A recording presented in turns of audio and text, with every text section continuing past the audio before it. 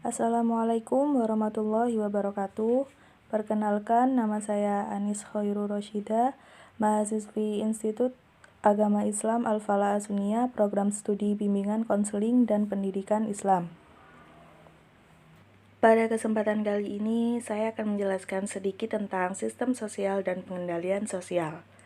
Menurut ahli sosiologi Talcott Parsons, sistem sosial berkaitan dengan interaksi manusia, yakni interaksi yang tidak hanya membentuk sebuah sistem namun juga struktur sosial. Sedangkan pengendalian sosial adalah proses yang digunakan oleh seseorang atau kelompok untuk mempengaruhi, mengajak, bahkan memaksa individu atau masyarakat agar berperilaku sesuai dengan norma dan nilai sosial yang berlaku di masyarakat sehingga tercipta ketertiban masyarakat. Masyarakat sebagai sistem sosial dan kontrol sosial. Perilaku sosial berhubungan dengan semua orang dalam berbagai kegiatan maupun aktivitas sehari-hari. Sebagai makhluk sosial, pastilah membutuhkan bantuan dan pertolongan orang lain dalam memenuhi kebutuhan hidupnya. Itulah mengapa dapat dikatakan bahwa masyarakat sebagai sistem sosial atau sebagai pelaku timbal balik dalam melakukan sistem sosial dan sebagai kontrol agar sistem sosial tetap berjalan sesuai dengan norma dan nilai yang berlaku. Dalam melakukan kontrol sosial, masyarakat memiliki peran sebagai berikut. Yang pertama, mengajak, yakni mengarahkan atau membawa serta masyarakat ke arah yang lebih baik. Yang kedua, mengawasi, yakni mengontrol dan menjaga baik-baik seseorang di lingkungan kita agar tetap dalam norma dan nilai yang berlaku. Yang ketiga, mencegah, yakni menahan agar tidak terjadi penyimpangan dalam masyarakat. Pembahasan berikutnya yakni komponen sosial dan fungsinya. Menurut Selo Sumarjan, mengacu pendapat Talcott Parsons, dalam sistem sosial paling sedikit terdiri 4 subsistem. Yang pertama, subsistem kebudayaan, menghasilkan kebudayaan kebendaan, ilmu pengetahuan, nilai budaya atau adat istiadat. Yang kedua yakni subsistem sosial, yakni menghasilkan nilai-nilai, norma-norma, dan kaidah-kaidah sosial yang melekat dalam setiap perilaku manusia.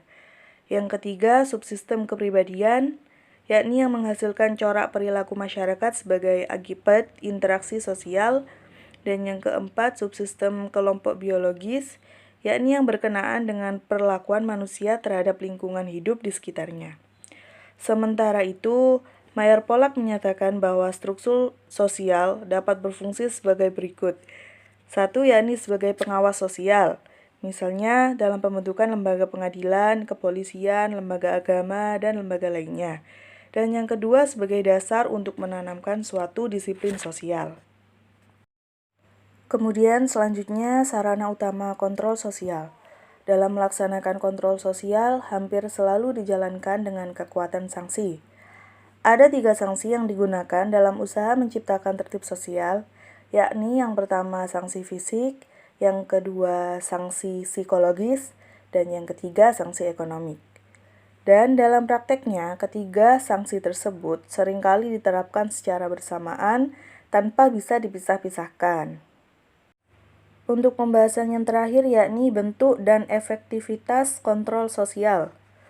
Untuk mengadakan efektivitas terhadap kontrol sosial tersebut, maka diperlukan beberapa syarat, diantaranya yang pertama yakni adanya kemauan untuk melakukan perubahan ke arah lebih baik dalam diri masing-masing individu. Karena tanpa adanya hal tersebut, kontrol sosial tidak akan pernah terjadi. Yang kedua, adanya pemimpin yang dianggap mampu memimpin dalam melakukan perubahan sehingga terdapat rasa bersatu bersama dalam melakukan suatu perubahan. Yang ketiga, pemimpin diharapkan mampu menampung aspirasi dan keluhan masyarakat untuk selanjutnya direalisasikan dalam aksi. Dan yang terakhir, memulai suatu gerakan dalam melakukan perubahan tersebut. Jadi tidak hanya dengan rencana, tapi juga dengan gerakan atau aksi. Sekian penjelasan singkat dari saya tentang sistem sosial dan pengendalian sosial. Atas perhatiannya disampaikan terima kasih. Wassalamualaikum warahmatullahi wabarakatuh.